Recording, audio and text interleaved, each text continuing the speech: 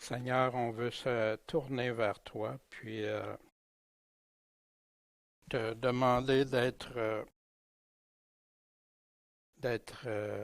parmi nous comme tu le fais si bien, Seigneur, d'être le maître dans nos cœurs, nos pensées, puis de nous aider à comprendre ce que tu as pour nous, Seigneur. On veut, comme David disait, s'attacher à ta parole, tes ordonnances que tu nous as laissées, Seigneur, et pas plus et pas moins, mais de le faire de tout notre cœur. Seigneur, accompagne aussi Eric et Roxane aujourd'hui, les enfants, que tu puisses leur permettre, Seigneur, d'être en paix avec toi, puis que cette journée se déroule bien pour eux. En ton nom, Jésus-Christ, Maître et Sauveur. Amen. Bien, ce matin, on va voir le chapitre 10, du verset 1 à 31. Et Christian, tantôt, va pouvoir nous lire jusqu'au verset 31. On va voir surtout le nouveau chemin. On va voir aussi outrager la grâce, outrager l'esprit de grâce que l'apôtre nous met dans cette lettre. Puis, une attente terrible ou confiante. C'est ce que le Seigneur nous laisse dans sa parole et des points qu'on va regarder ce matin, s'arrêter. Ça fait que la semaine dernière, au chapitre 9, on avait vu les deux tabernacles, les deux tentes ou les deux habitations, la terrestre puis le céleste. Le terrestre qui était une copie, si on veut, une image des choses célestes que Dieu avait données à Moïse. On a vu le lieu saint, puis le lieu très saint. La différence, on va le revoir ce matin rapidement.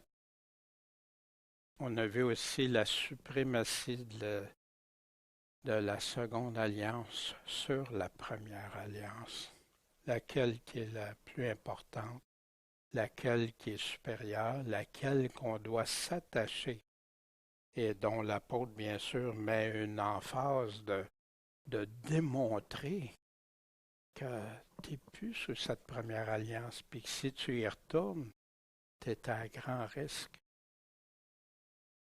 comme Galate aussi nous enseigne. Sans effusion de sang, pardon, impossible. Wow! Puis on sait bien sûr, on a vu, bien sûr, on sait qui a donné son sang pour nous. Ce n'est pas un sang d'animal, là. Un sang du Fils de Dieu, le sang le plus précieux que la terre ait porté. On meurt une seule fois avant le jugement. C'est sûr que ça ne fait pas l'affaire pour ceux qui croient à la réincarnation, là, mais le Seigneur a établi. Puis, bien sûr, pour ceux qui l'attendent, d'immenses promesses, pour ceux qui l'attendent fidèlement. Bien, on va arriver à la lecture. Christian va nous lire le chapitre 10, du verset 1 à 31 inclusivement.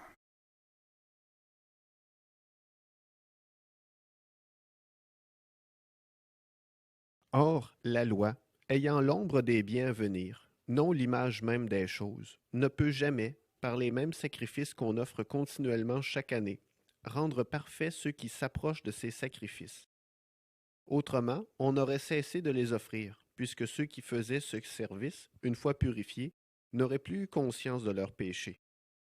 Mais dans ces sacrifices, on rappelle chaque année le souvenir des péchés. Car il est impossible que le sang des taureaux et des boucs ôte les péchés. C'est pourquoi, Christ entrant dans le monde dit, « Tu n'as point voulu de sacrifice ni d'offrande, mais tu m'as formé un corps. Tu n'as point pris plaisir aux holocaustes, ni aux sacrifices pour le péché. Alors j'ai dit, Voici, je viens, ô Dieu, pour faire ta volonté, comme cela est écrit de moi dans le rouleau du livre.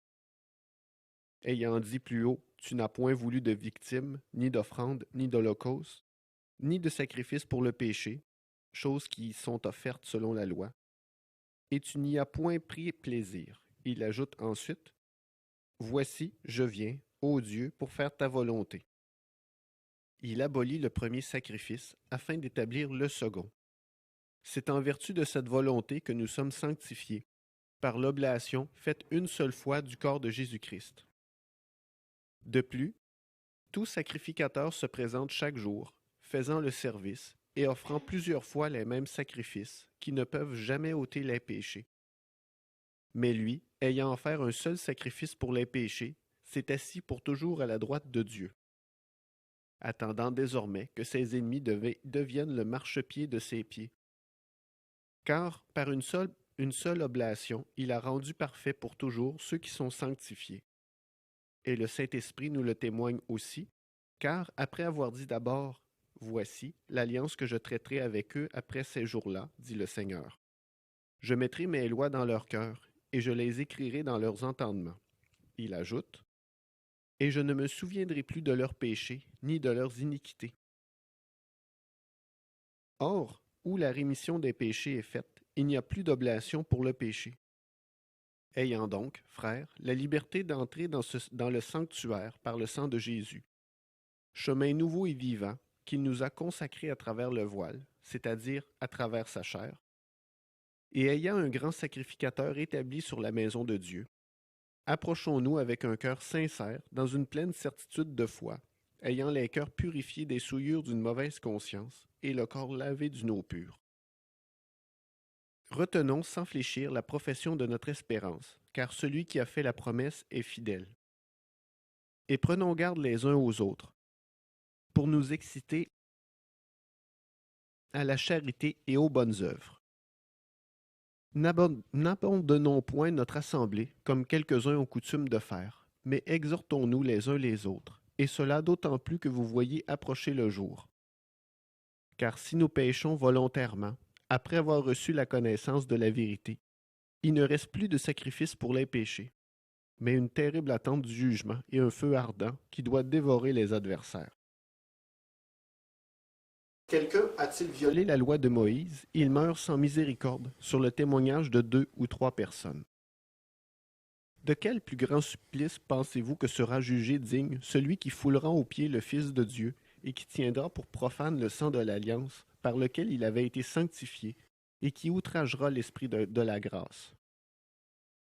Car nous connaissons celui qui a dit « À moi appartient la vengeance, je rendrai la pareille, dit le Seigneur. » Et ailleurs, le Seigneur jugera son peuple. C'est une chose terrible que de tomber entre les mains du Dieu vivant. Amen. Merci, Christian, de nous lire cette parole.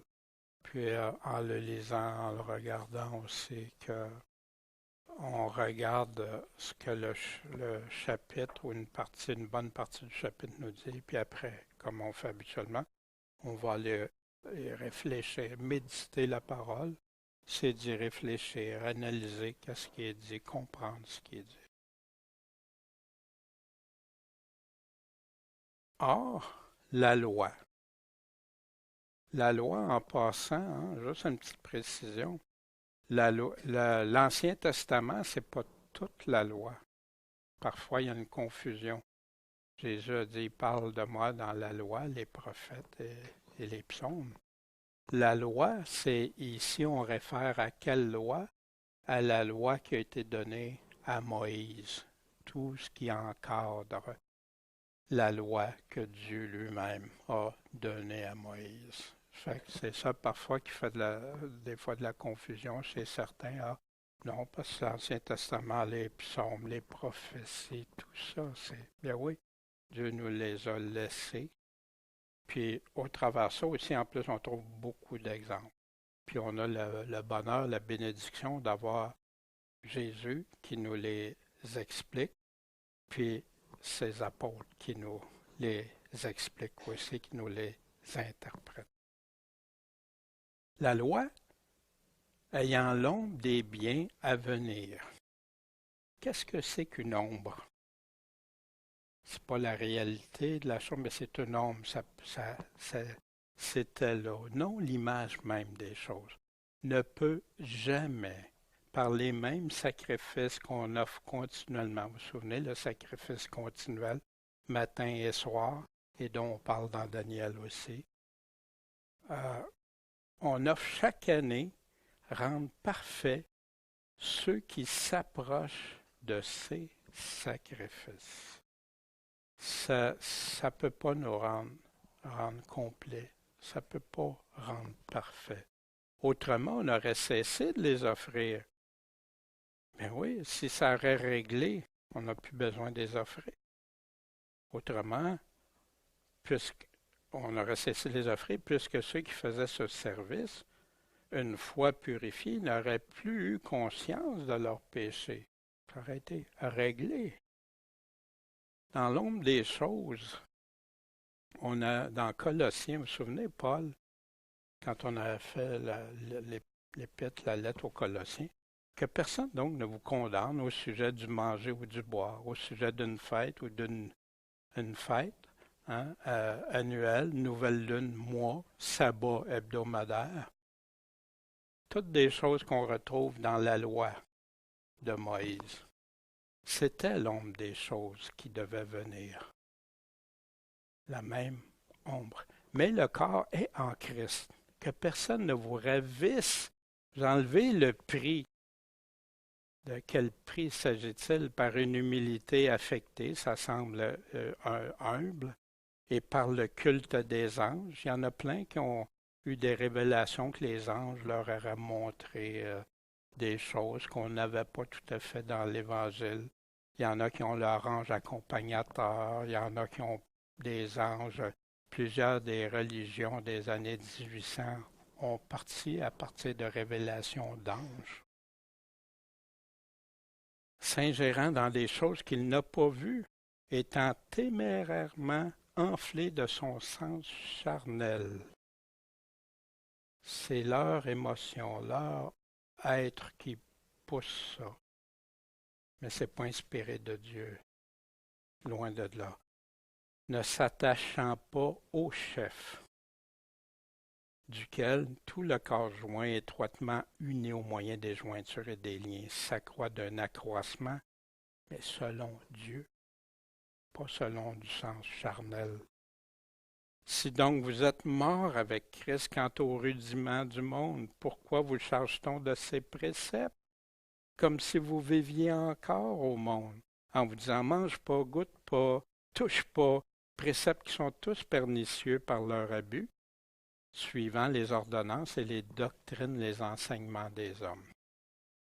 Qu'est-ce qu'il est en train de nous dire? C'est l'ombre des choses à venir. Ça en faisait partie. Puis ici, il y en a qui vont prendre ces derniers passages-là pour dire ah, tu vois, tu ne peux pas dire à quelqu'un, ben, regarde, Jésus nous demande de faire ci, de faire ça, regarde, là, ça devient pernicieux. Non, non, il parle des choses du monde, il ne parle pas de celles de Dieu. Il dit s'attacher au chef, rester attaché à ses enseignements, à ce que lui dit, pas ce que les hommes vont dire ou enseigner. Et on continue au verset 3 du chapitre 10. Mais dans ces sacrifices, on rappelle chaque année le souvenir des péchés. Wow, on peut pas. C'est toujours là dans notre conscience, ces péchés-là. Mais, puis voici, quand ça avait été établi, Aaron fera expiation sur les cornes de cet autel une fois l'an, avec le sang du sacrifice expiatoire pour le péché, encore le sang. Il fera expiation une fois l'an dans vos générations. Ce sera une chose très sainte et consacrée à l'Éternel. Ça vient, c'est Dieu qui avait ordonné ça. Mais pour un temps, pas pour toujours. Puis continue, parce que c'est impossible que le sang des taureaux et des boucs ôte les péchés. Voyez-vous, quelqu'un qui reste accroché sous l'ancienne loi a un sérieux problème, parce qu'il n'y a pas d'autel pour faire de sacrifice. Mais non seulement ça, même s'ils réussiraient, comme on en parle beaucoup, qu'ils veulent reconstruire tout ça, puis le refaire, mais est-ce que ça va leur accorder l'accès au trône de Dieu, même s'ils sacrifieraient? Voyez-vous? C'est, c'est important de regarder ces dimensions-là. Il y a beaucoup de chrétiens qui vont dans un mouvement dit messianique aujourd'hui. Puis, en tout cas, ceux que j'ai regardés, je ne peux pas parler pour tous, mais ceux que j'ai examinés ramenaient à la loi, la loi, imposaient des choses de la loi. Fait que c'est justement de ça que l'apôtre est en train de mettre en garde, comme il fait dans Galates. Non, parce que ta foi est vaine, Christ, c'est vain pour toi si tu fais ça. Les faiblesses de ces sacrifices pourtant ordonnés par Dieu. Ils n'étaient pas de la même nature que ceux qui avaient péché. Un animal puis une personne, c'est deux choses. C'est pas la même, pas du tout la même chose. C'est un animal qui payait à ma place. Les victimes ne pouvaient pas consentir à être sacrifiées pour devenir volontairement les substituts au péché à la place des pécheurs. Impossible. Viens, mon petit agneau, je sais, ça te fait plaisir, tu vas y aller te faire sacrifier, et tout ça. Hein, non? Le sang de ces animaux ne pouvait pas effacer les péchés. Il est impossible que le sang des taureaux et des boucs ôte les péchés. Mais seul Jésus-Christ répond aux critères parfaitement. Il est de la même nature que nous. Il est venu en chair pour ça. Il a consenti à être sacrifié pour nous, volontairement. Le sang, seul son sang pur peut nous purifier du péché, des péchés, et accorder une paix possible avec Dieu.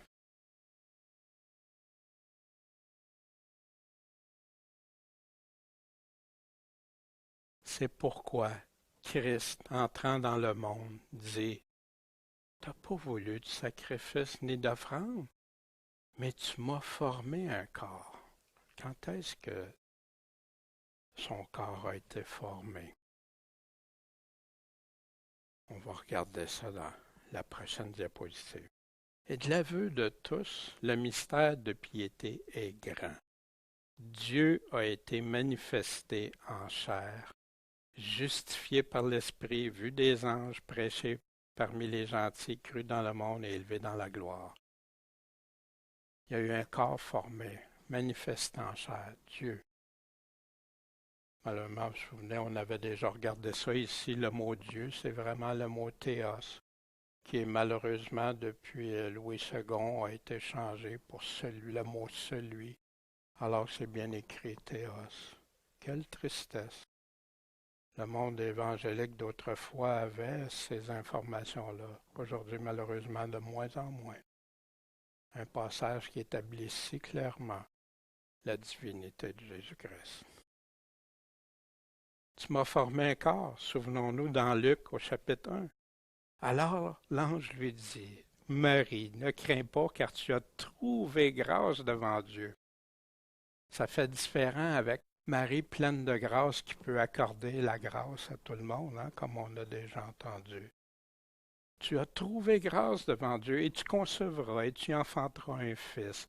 Tu appelleras son nom Jésus. Un si beau nom qui peut nous permettre d'être avec Dieu, le Père, sauvé. Il sera grand, il sera appelé Fils du Très-Haut, et le Seigneur Dieu lui donnera le trône de David, son père. Il régnera éternellement sur la maison de Jacob, et il n'y aura pas de fin à son règne. éternel. Alors Marie dit à l'ange, comment cela se fera-t-il, puisque je ne connais pas d'homme?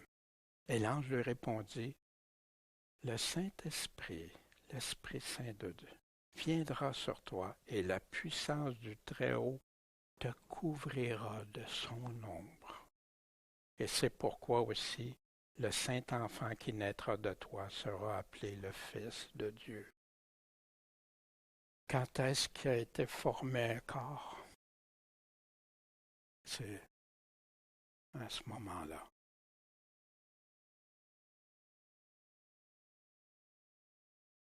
Fait qu'il continue. Tu n'as pas pris plaisir aux holocaustes ni aux sacrifices pour le péché. Alors j'ai dit, pensez-vous que Dieu prenait plaisir à ces sacrifices-là? Ou s'il voulait faire réfléchir le peuple? À chaque fois qu'il péchait, qu'est-ce que ça générait? Faire souffrir des animaux innocents, verser du sang, tout ce que ça impliquait. Puis, que c'était impossible que ça efface le péché. Mais Dieu connaissait ce qui arriverait. Alors j'ai dit, voici, je viens, ô Dieu, pour faire ta volonté comme cela est écrit toujours dans parole de moi dans le rouleau du livre. Autrefois, on en voit encore chez les Juifs en des rouleaux. Tu sais, c'est les livres, au lieu d'être reliés comme nous, mais c'était des rouleaux. Écrit de moi.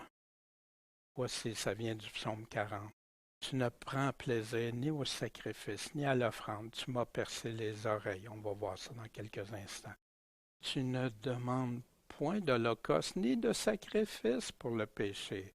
Alors j'ai dit, Dieu dit à plusieurs endroits en passant qu'il en avait mal au cœur de leur sacrifice puis de leur offrande parce qu'ils faisaient ça, mais ils n'obéissaient pas à Dieu en plus en arrière. Voici, je viens. Il est écrit de moi dans le rouleau de ton livre. Mon Dieu, j'ai pris plaisir à faire ta volonté, puis ta loi est au-dedans de mes entrailles. Comme un chrétien, c'est ça, sa loi, sa parole, ses lois sont dans notre cœur, dans mes entrailles. Qu'est-ce que ça veut dire, mes entrailles? Sinon plus profond de nous-mêmes. J'ai annoncé ta justice dans la grande assemblée. On en fait partie de cette grande assemblée.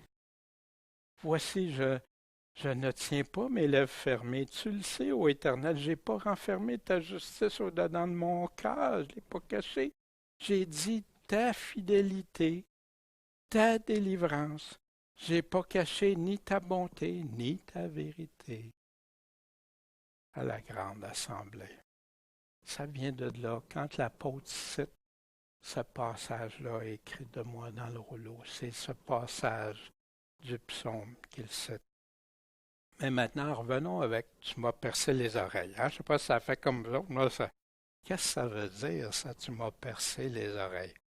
Mais la Bible répond à la Bible, comme c'est dans presque tous les cas.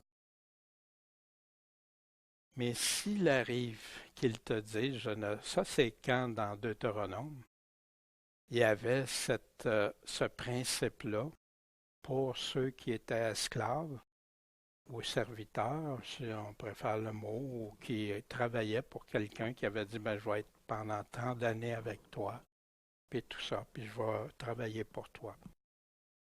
Puis il y avait différentes circonstances pour ça. Fait qu'ici, mais si le serviteur, au bout de ces années-là, dit, je ne sortirai pas de chez toi. Pourquoi? Parce qu'il t'aime, toi et ta maison. Un choix délibéré que cet employé, ce serviteur-là, qui pourrait être libre, dit non, je veux rester parce qu'il se trouve bien avec toi. Tu prendras un poinçon et tu lui perceras l'oreille contre la porte, et il sera ton serviteur à toujours, et tu en feras de même à ta servante. Fait qu'ici, quel est le principe? Qu'est-ce que Jésus voulait dire? Tu m'as percé les oreilles.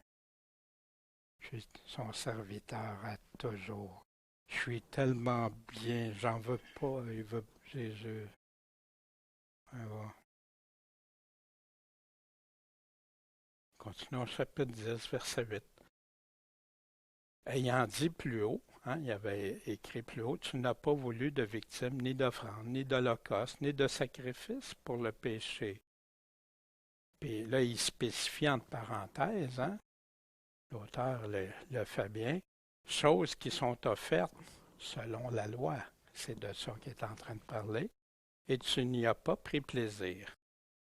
Ensuite, il ajoute, voici, je viens, ô Dieu, pour faire ta volonté. Combien de fois Jésus a dit ta volonté, non la mienne, dans les pires moments qu'il a répété.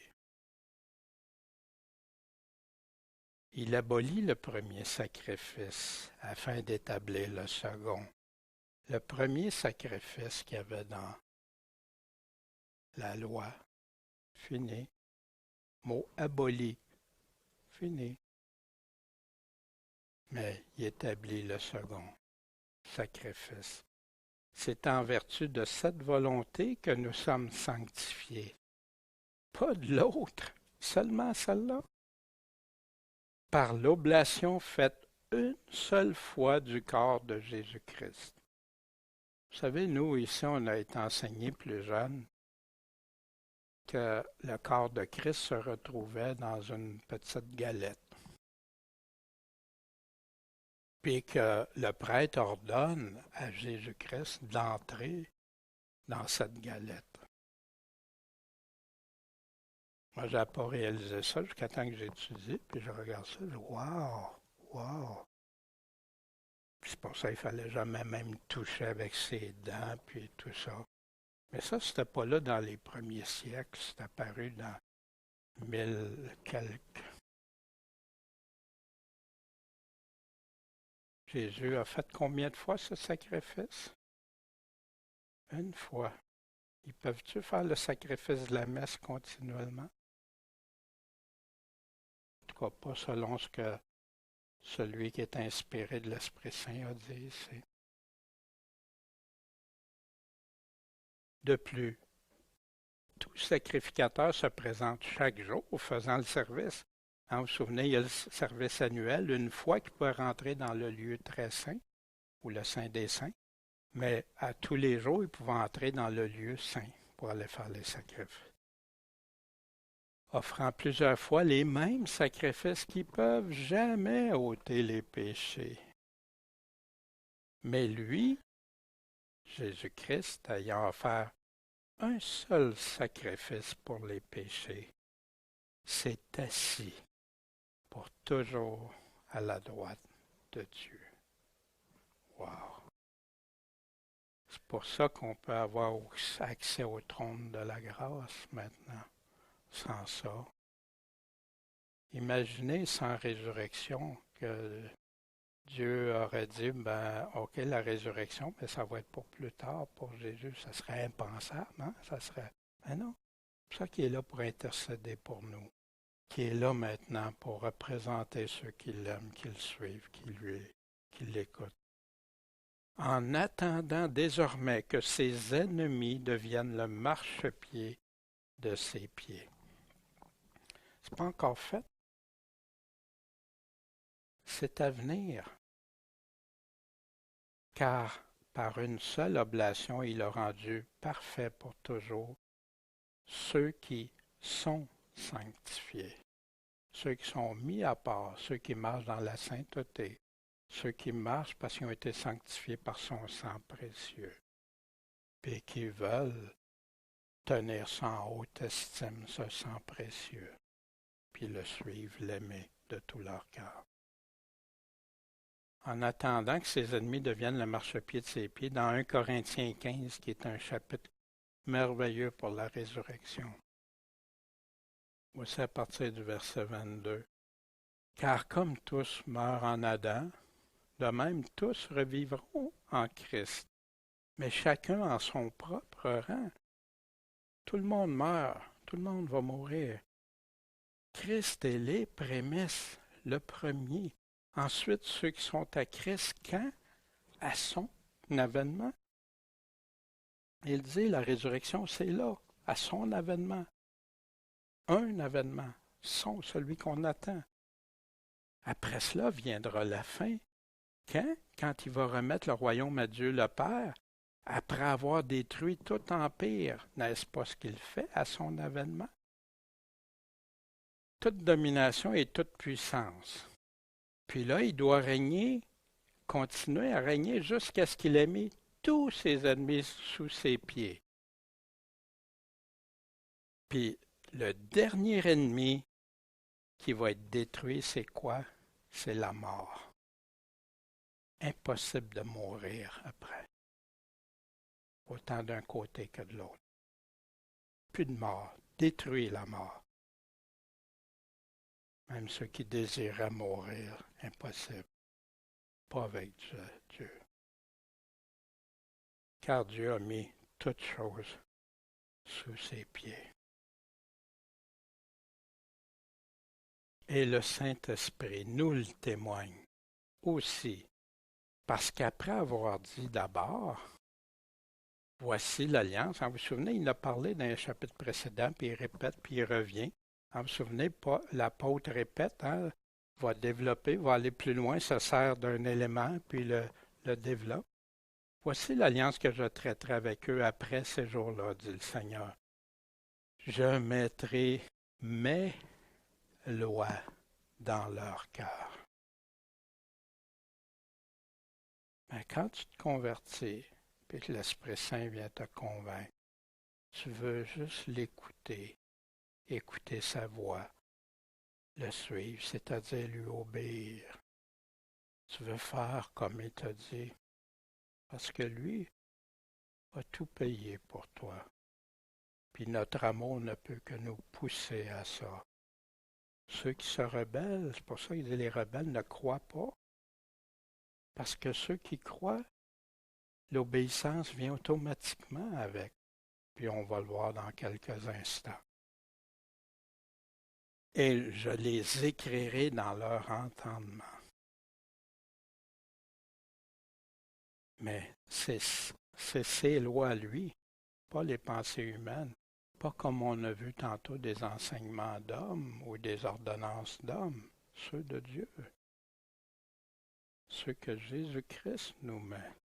Et je ne me souviendrai plus de leurs péchés et de leur iniquité. Or, où il y a où la rémission des péchés est faite, il n'y a plus d'oblation pour le péché. C'est Jésus qui a obtenu ça. Vous vous souvenez, on avait vu ça la semaine dernière, la rémission des péchés.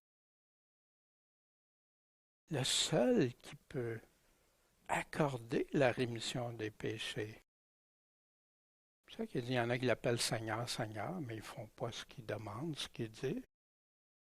Puis ils pensent qu'ils sont sauvés, que tout est beau pour eux. Les tièdes, les serviteurs inutiles, ceux qui ont, ils ont leur talent puis ils le gardent pour eux autres, d'autres, etc. C'est rempli d'avertissements. Ayant donc, frère, la liberté d'entrer dans le sanctuaire, trône de la grâce. Comment? Par le sang de Jésus. Voyez-vous, l'apôtre prend l'exemple qu'il y avait dans le désert pour nous ramener, puis là, il est en train de faire un développement sur ça. La seule façon d'y accéder par le sang de Jésus. Un chemin nouveau. Nouveau chemin. L'ancien, c'est fini. L'ancienne façon. Puis vivant. Ça, quand c'est vivant dans ton cœur, c'est là. C'est un chemin vivant et qu'il nous a frayé à travers le voile. Puis là, il nous explique le voile, quand il y avait le voile qui s'est déchiré, quand la mort de Jésus. Ce voile-là dans le temple. Bien, là, il fait la comparaison, c'est-à-dire à travers sa chair. Le chemin nouveau, Jésus dit, je suis le chemin, la vérité et la vie. Personne ne va au Père que par moi. Le chemin nouveau. La porte est étroite et le chemin est étroit qui mène à la vie éternelle. Et il y en a beaucoup, peu qui le trouvent, malheureusement. Malheureusement.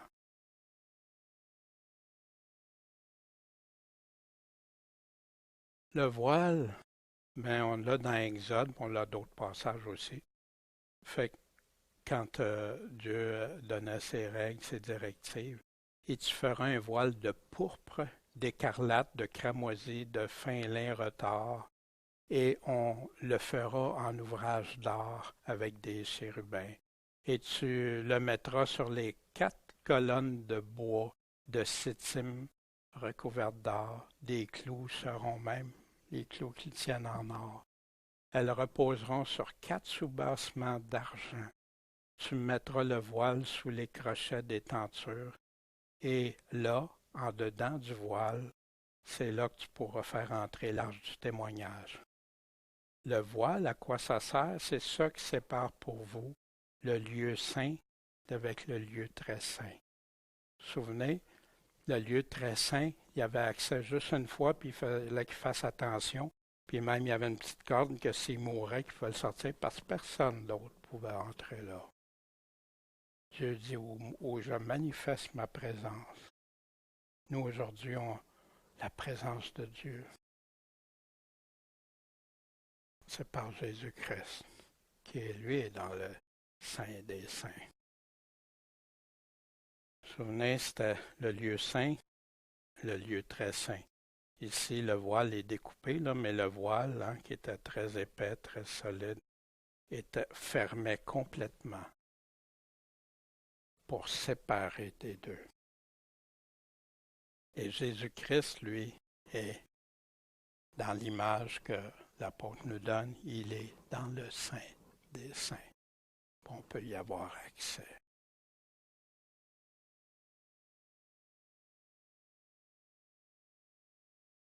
Vous vous souvenez, dans Hébreux 6, il nous en parlait, afin que par ces 2 choses immuables dans lesquelles il est impossible que Dieu mente, nous avons une ferme consolation, nous qui cherchons un refuge dans la ferme possession de l'espérance qui nous est proposée. Espérance que nous gardons comme une ancre de l'âme, sûre et ferme, et qui pénètre au-dedans du voile, où Jésus est entré pour nous, comme un précurseur ayant été fait souverain sacrificateur pour l'éternité, selon l'ère de Melchisédek. C'est tout rattaché, tout au travers de la lettre aux Hébreux, on revoit. Et on avait vu aussi au chapitre 9 la semaine dernière, au-dedans du second voile était le tabernacle, appelé le Saint des Saints. Bien sûr, il y avait le premier voile pour entrer dans le lieu saint, puis après ça, le second voile pour le Saint des Saints. La liberté d'entrer dans le sanctuaire par le sang de Jésus. Voici ce que l'apôtre Jean, l'apôtre bien-aimé du Seigneur, celui à qui il a confié Marie, celle justement qui a enfanté. Mes petits-enfants, je vous écris ces choses afin que vous ne péchiez pas. Il ne veut pas qu'on pêche. Il n'y a pas de permis pour pécher. Comme certains disent que, regarde, non, tout est réglé, tout est beau. Et si quelqu'un a péché, ben on a un avocat auprès du Père, Jésus-Christ, le juste. Mais un avocat, tu vas aller voir l'avocat, tu vas dire, bon, ben, là, Jésus, tu sais que j'ai mal fait, là, ben, arrange-toi avec ça. Hein? Ou pardonne ça, c'est comme ça. Non, Jésus me demande toujours une repentance pour chaque chose. Il y en a qui pensent que la repentance, c'est le sujet d'une seule fois. On a notre repentance au début. C'est très clair, très fort. Mais après ça, s'il n'y a plus besoin de repentance, vous auriez un des pires représentants chrétiens devant vous. Parce qu'à plusieurs reprises, j'ai dû me repentir. Je sais que c'est pas terminé, qu'il peut y avoir des choses. Dieu, pardon. Ça a coûté ton sang précieux. Je ne peux pas mépriser ça. Je ne peux pas prendre ton sang comme si c'est rien, c'est pas grave. Non. Puis si on a péché, c'est lui qui est la propitiation pour nos péchés. Puis non seulement pour les nôtres, mais aussi pour ceux du monde entier. Ben, tous ceux qui veulent se repentir et suivre Jésus, Jésus est mort. Et par ceci, nous savons que nous l'avons connu. Ah, c'est important ça. Je veux savoir si je l'ai vraiment connu. Savoir si nous gardons ses commandements. Je venais tantôt, je dis, on va voir un peu plus loin. Celui qui dit je l'ai connu puis qui ne garde pas ses commandements est un menteur. Comment tu peux dire que tu as la foi en Jésus-Christ sans lui obéir? C'est insensé. Puis, c'est être légaliste. Mais là, tu es en train de faire Jésus, le légaliste. Tu es en train de faire l'apôtre Jean, le légaliste. Pierre, Jude, même Paul. Et la vérité n'est pas en lui, mais pour celui qui garde sa parole. L'amour de Dieu est véritablement parfait, complet en lui. Et à cela, nous connaissons que nous sommes en lui. Celui qui dit qu'il demeure en lui doit aussi marcher comme il a marché lui-même. Il est en train de parler par rapport au péché, au commandement. Il a obéi à tous les commandements du Père Jésus. Il a fait tout. Toute la volonté du Père en tout. Puis il a marché en pardon. Il a pardonné des gens qui étaient impardonnables. Selon l'homme, j'en suis un. C'est un qui est pardonné. Il nous demande de marcher comme lui-même. Est-ce qu'on peut marcher dans le péché si on marche comme lui-même? Est-ce qu'on peut marcher dans la haine si on marche comme lui-même? Est-ce qu'on peut marcher dans toutes sortes de situations, de choses? Non. Et ayant un grand sacrificateur établi sur la tente dans le désert? Non, sur la maison de Dieu. Approchons-nous avec un cœur sincère. Qu'est-ce que c'est un cœur sincère? Qu'est-ce que c'est? Pas de double langage en nous, pas de fausseté, pas de pour un gain, je vais le faire parce que je gagne quelque chose. Non, par amour pour Dieu. Dans une pleine certitude de foi, une pleine assurance que la foi que j'ai, que lui est mon maître, lui a payé tout ça. Il y en a beaucoup aujourd'hui, c'est la foi dans la foi. Fait que là, c'est plus la confiance en Jésus-Christ, c'est la foi dans la foi, puis que là, la foi, non, il n'y a pas d'intermédiaire comme ça dans la parole de Dieu. La foi, c'est la confiance qu'on a avec Dieu. Ayant les cœurs entachés, purifiés de souillure, d'une mauvaise conscience, et le corps lavé de nos peurs. Retenons sans fléchir la profession de notre espérance, parce que celui qui a fait la promesse est fidèle.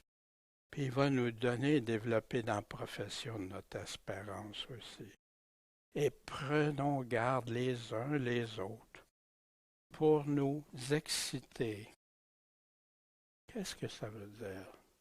Trouver tout ce qu'on peut pour nous exciter à l'amour et aux bonnes œuvres. Ça fait partie de notre profession de foi. Puis là, il arrive avec un verset qui est souvent cité dans plein d'assemblées. Quand quelqu'un regarde quelque chose, puis ça va pas, il y en a d'autres qui s'en servent pour toutes sortes de situations, mais si on va rester dans le contexte biblique, n'abandonnons pas notre assemblée. Bien sûr, quand tu es dans une assemblée du Seigneur, comme quelques-uns ont coutume de faire, mais exhortons-nous, encourageons-nous, expliquons-nous les uns les autres, et cela d'autant plus que vous voyez approcher le jour. Quel jour qui parle? Son retour, son avènement. Maintenant, ailleurs, il va dire de quitter Babylone, de ne pas rester là, séparez-vous, restez pas là. Dans d'autres endroits, il va exhorter dans les 7 églises, il y en a juste 2 qui passent sans reproche du Seigneur. Les 5 autres ont des reproches, puis ils doivent se repentir s'ils veulent faire partie des vainqueurs qui vont avoir les promesses que Jésus leur dit. Mais sans repentance, non, il réprimande sévèrement. Il va enlever le chandelier à une église, il va vomir une autre église, il va faire plein de choses. Mais juste, il y en a, c'est juste quelques-uns qui vont être vainqueurs. Abandonné. Paul citait à Timothée Démas, cet homme-là, cet homme de Dieu qui suivait le Seigneur, qui a participé au ministère de Paul et tout ça, m'a abandonné, ayant aimé ce présent siècle. Il est parti pour Thessalonique, Crescente la Galatie était pour la Dalmatie. Démas a abandonné. Puis vous allez voir la pertinence de ce passage-là, cette phrase-là, que Démas m'a abandonné ayant aimé ce présent siècle. Parce que la suite du verset qui va ne pas abandonner notre assemblée, c'est si nous péchons volontairement. Après, tu abandonnes ton assemblée, puis tu te ramasses à vivre dans le monde. Tu te ramasses, puis il y en a plusieurs qui ont dit « Oh oui, je vais être capable », puis il y en a que ça a fait des dégâts. C'est devenu, j'en connais plusieurs de ceux-là, malheureusement. Puis ça me fait de la peine à tous les fois que je repense à eux autres. Puis il y en a qui sont morts, qui ne sont jamais repentis avant. Quelle tristesse. Car si nous péchons volontairement, un choix, une volonté après avoir reçu la connaissance de la vérité, il ne reste plus de sacrifice pour les péchés. C'est un choix que tu fais volontairement.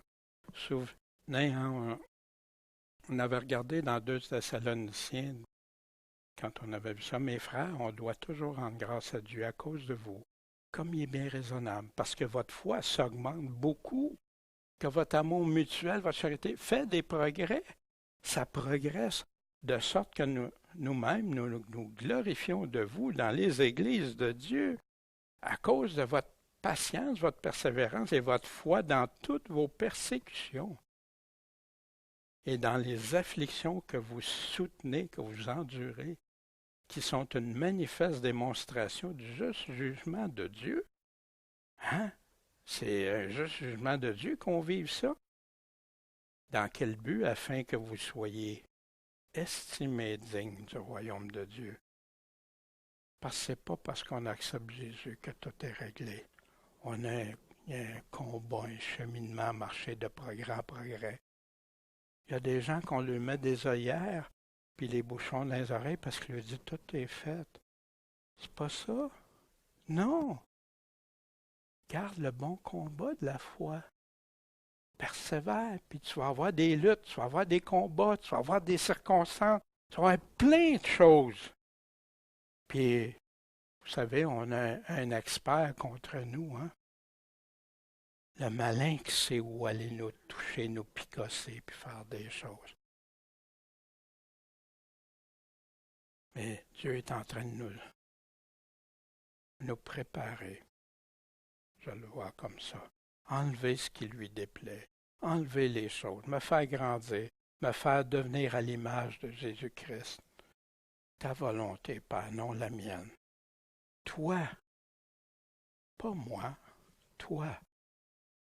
Puis le reste, ben, Seigneur, ça te déplaît, ça? Pourquoi je veux garder ça? Puis des fois, on ne le réalise même pas, on va le voir plus tard parce qu'il va nous dire.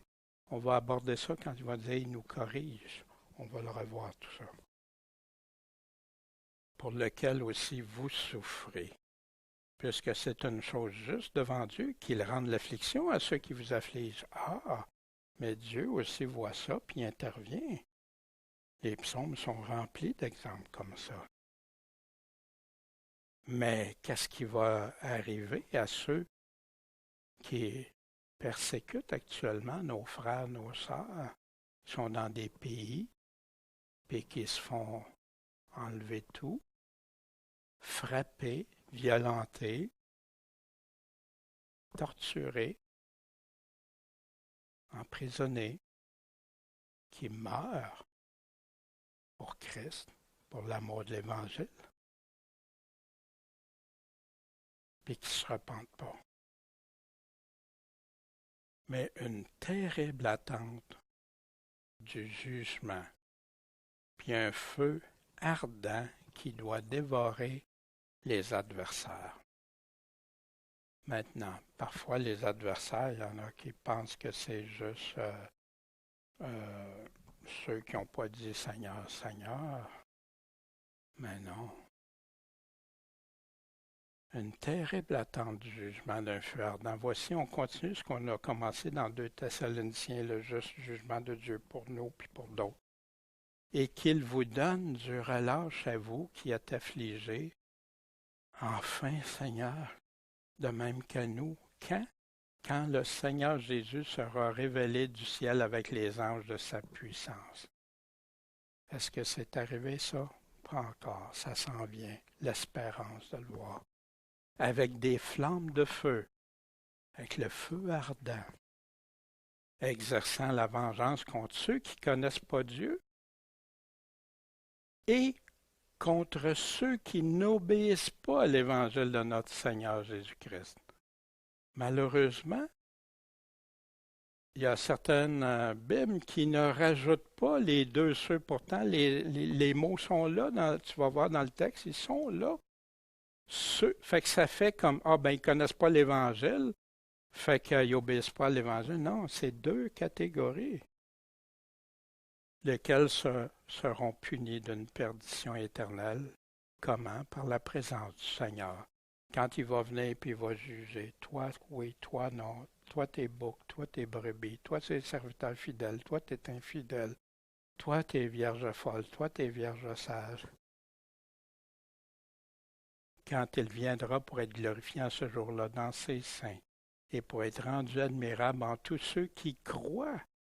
Mais ceux qui croient, c'est ceux qui obéissent à l'Évangile, parce que vous avez cru le témoignage que nous vous avons rendu. Terrible. Les gens aujourd'hui vivent comme des autruches, sans vouloir considérer ce qui s'en vient. Puis malheureusement, c'est quand c'est dans des assemblées, c'est dévastateur pour la marche chrétienne. Puis c'est là qu'il y en a qui deviennent découragés de voir tout ça, puis qui ne se reconnaissent plus dans une église.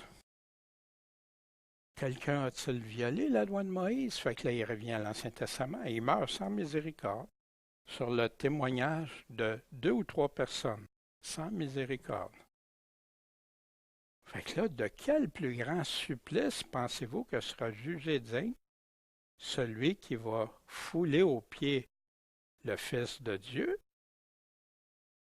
le piétiner, Jésus, et qui tiendra pour profane, pour rien, le sang de l'alliance par lequel, et c'est là qu'il y en a beaucoup qui accrochent, il avait été sanctifié. Est-ce que c'est possible d'être sanctifié sans avoir fait la repentance et la conversion, sans avoir demandé pardon au Seigneur, puis d'avoir eu que son sang seul peut purifier des péchés? Il avait été sanctifié. Fait qu'il y en a qui disent c'est pour des non-chrétiens. Non, c'est impossible. C'est quelqu'un qui a reçu cette bénédiction-là, mais qui ne tiendra pas compte du Fils. Qui n'écouteront pas, ils ne suivront pas. Et qui outragera l'Esprit de la grâce. Fait que plusieurs enseignent, on a reçu les arts de l'Esprit, oui, mais ils ne lisent pas tout ce qu'il y a le reste avec. Scellé de l'Esprit, tout ça. Puis là, ils disent que le mot scellé veut dire que c'est impossible à déceler, puis tout ça. Mais il y a plusieurs passages qui nous affirment que non, marche pour lui. Tu l'écoutes, tu l'entends, tu le suis, tu lui obéis. Puis qui va outrager l'Esprit de la grâce. Y a-t-il quelqu'un que ça ne dérangerait pas d'outrager l'Esprit de la grâce? Je sais aucun de nous ici fera ça. Mais il y en a qui le font sans s'en rendre compte. Si nous péchons volontairement après avoir reçu la connaissance de la vérité, vous vous souvenez au chapitre 6, on avait vu ça. Ceux qui sont devenus participants du Saint-Esprit, ils ont été une fois illuminés, ils ont goûté au don céleste. La bonne parole, la puissance sont tombés, ne peuvent pas revenir à repentance. Pourquoi? Parce qu'ils ont fait un choix délibéré de rejeter Christ ou de retourner sous l'ancienne alliance, comme l'apôtre nous dit à certains endroits. Puis, qui ne veulent plus. Mais cependant, nous attendons de vous, bien-aimés, de meilleures choses que ceux qui font ça et qui conduisent au salut, quoi qu'on parle ainsi. Les gens ne réalisent pas l'importance de Dieu, qui est Dieu, puis que ça va être terrible, terrible de tomber entre les mains d'un Dieu vivant, puis encore pire pour ceux qui ont connu la vérité, puis qui s'en détournent. Outrager l'esprit de la grâce. Vous savez, fait que ça, ils ont dit, l'Ancien Testament. Ben, dans le Nouveau Testament, on en a des exemples. En voici un, entre autres. Ananias puis Saphira, sa femme. Ils ont vendu quelque chose, puis là, ils ont complété ensemble pour dire, on dit qu'on donne ça à Dieu, mais on va en garder une partie. Qu'est-ce qui leur est arrivé? Tristesse. Pourtant, ils venaient d'avoir cru, d'avoir suivi le Seigneur, puis tout ça. Puis vous avez menti au Saint-Esprit. Vous avez outragé l'Esprit Saint. Ils sont morts sur place, un après l'autre. Puis ça a fait une grande crainte à toute l'Église, puis à tous ceux qui en ont entendu parler. Tu ne te moques pas de Dieu. Tu niaises pas Dieu. Un autre outrage à l'Esprit de grâce. Vous vous souvenez, Philippe qui avait été porté la bonne nouvelle de Jésus-Christ. Puis, quand il a cru à Philippe qui leur annonçait la bonne nouvelle de ce qui concerne le royaume de Dieu et le nom de Jésus-Christ, c'est toujours ensemble. Le royaume de Dieu, c'est tout l'Évangile, tout ce que Jésus nous a enseigné, tout simplement. Ils furent baptisés, tant les hommes que les femmes.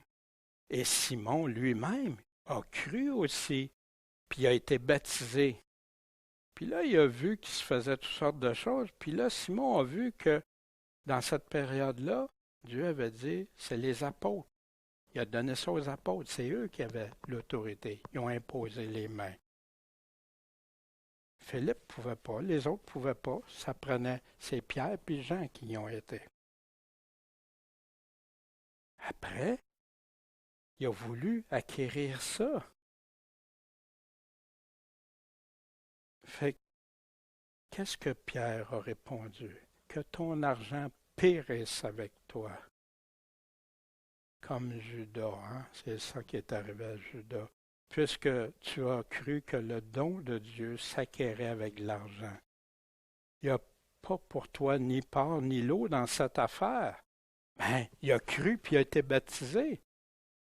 Il n'y a pas de part, car ton cœur n'est pas droit devant Dieu.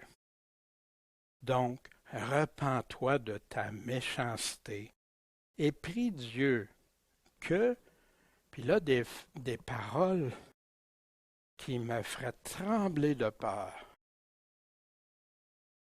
S'il est possible que la pensée de ton cœur te soit pardonnée. Wow! Wow! Seigneur!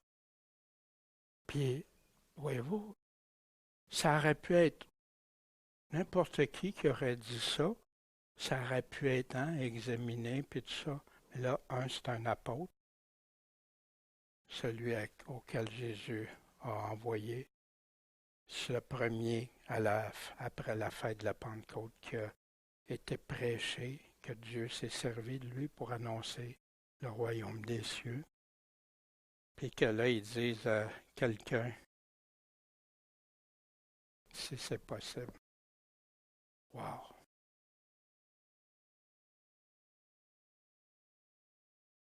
Pour moi, quand il y en a qui disent ça, ben croire implique la repentance. Croire implique de suivre Dieu et tout ça, puis tu ne joues pas avec ça.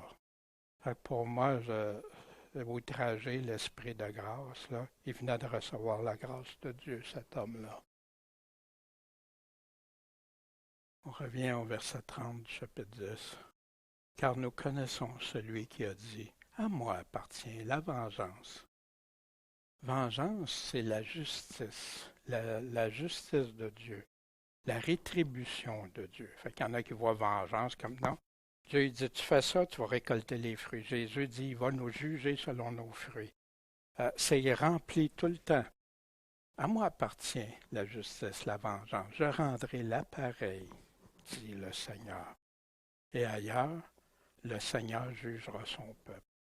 Ah ben non, Jésus a dit que je ne passerai pas en jugement. Non. Tous vont passer devant le tribunal de Christ. Puis c'est là qu'ils vont dire oui ou non. Vierge folle, vierge sage. Bouc, brebis, etc. C'est une chose terrible que de tomber entre les mains du Dieu vivant. Terrible. Wow! La portée, il y en a qui pensent que c'est juste pour dire aux non-croyants.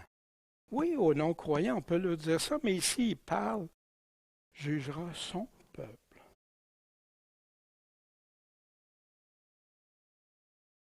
Voici, c'est cité à partir de Deutéronome, chapitre 32, dans le temps de la première loi à Moïse. La vengeance m'appartient, la rétribution pour le temps où leur pied chancellera, car le jour de leur calamité est proche et les choses qui doivent arriver se hâtent. Car l'Éternel tirera satisfaction de son peuple et aura pitié de ses serviteurs quand il verra que leur force s'en est en allée et qu'il ne reste rien de ce qu'on enferme ou ce qu'on les laisse. Il dira où sont leurs dieux, le rocher en qui ils se confiaient, qui mangeaient la grâce de leurs sacrifices, buvaient le vin de leur libation. Qu'ils se lèvent et qu'ils vous aident, qu'ils vous servent de retraite. Voyez maintenant que c'est moi, moi-même. Il n'y a pas d'autre Dieu que moi. Je fais mourir et je fais vivre. Je blesse et je guéris. Il n'y a personne qui puisse délivrer de ma main. Dieu est l'être suprême. C'est lui le Créateur. C'est à lui qu'on est redevable, pas lui qui est redevable à nous autres. Puis lui sait ce qui est bien, c'est ce qui est mal, c'est ce qui est correct, c'est ce qui est péché. Puis ceux qui se moquent de lui, c'est à lui, le juste juge, auquel il n'y aura pas d'exception de personne. Car je lève ma main vers les cieux et je dis, je suis vivant éternellement. Si j'aiguise la lame de mon épée et que ma main saisisse le jugement, je rendrai la vengeance à mes adversaires et la rétribution à ceux qui me haïssent. J'enivrerai mes flèches de sang et mon épée dévorera la chair. Il va aussi, j'enivrerai mes flèches du sang des tués et des captifs, de la tête des chefs de l'ennemi. Chantez de joie, nation, son peuple. Car il vengera le sang de ses serviteurs, il rendra la vengeance à ses adversaires et fera l'expiation pour sa terre et pour son peuple. deux catégories encore. C'est comme dans Thessaloniciens tantôt. Vous, quand l'apôtre citait, là, à moi appartient, c'est de ce passage-là. Puis allons voir, toujours quand il cite des passages, allons voir le contexte de ça. À moi, la rétribution aussi, dans Romains 12, on a ça, hein? Quand il nous parle, ayez les mêmes sentiments entre vous, n'aspirez pas aux grandeurs, mais accommodez-vous aux choses humbles. Prenons-nous pas pour supérieurs, importants à qui que ce soit. Ne soyez pas sages à vos propres yeux. Rendez à personne le mal pour le mal. Attachez-vous à ce qui est bien devant tous les hommes. S'il se peut faire, autant qu'il dépende de vous, ayez la paix avec tous les hommes. Ne vous vengez pas vous-même, bien-aimés, mais laissez faire la colère divine, car il est écrit à moi la vengeance. C'est moi qui rétribuerai, dit le Seigneur. Donc, si ton ennemi a faim, donne-lui à manger. S'il a soif, donne-lui à boire. Car en faisant ça, tu amasseras des charbons de feu sur sa tête. Ne te laisse pas surmonter par le mal, mais surmonte le mal par le bien, la victoire, comme Jésus-Christ nous demande. Et puis c'est à qui qu'on va répondre. C'est à lui. À qui qu'on va répondre de ça, puis à qui ceux qui font du tort, puis qui ne se repentent pas. S'ils se repentent, amen. Voici, j'ai choisi ce matin, au lieu d'amener des réflexions élémentaires, de choisir une réflexion d'une Bible des années 1724. La Bible version Osterwald qui a servi à toutes les églises françaises jusqu'à vers les années 1900 à quelques. Il y en a qui avaient commencé en 1800, fin 1800 avec certaines versions, nouvelles versions. Mais voici ce qui est encore en Europe, souvent dans plusieurs pays. Celle qui dit que Dieu est manifesté en chair, puis comme Lamartine et d'autres. La première partie de ce chapitre, voici ce que cet homme-là des années 1700 nous explique de sa lecture de ça. La première partie de ce chapitre nous instruit de la perfection du sacrifice de Jésus-Christ et de ses fruits. Paul y enseigne que nos péchés ont été expiés par l'oblation que Jésus-Christ a faite de son corps sur la croix et qu'après s'être offert en sacrifice pour les péchés des hommes, il s'est assis pour toujours à la droite de Dieu.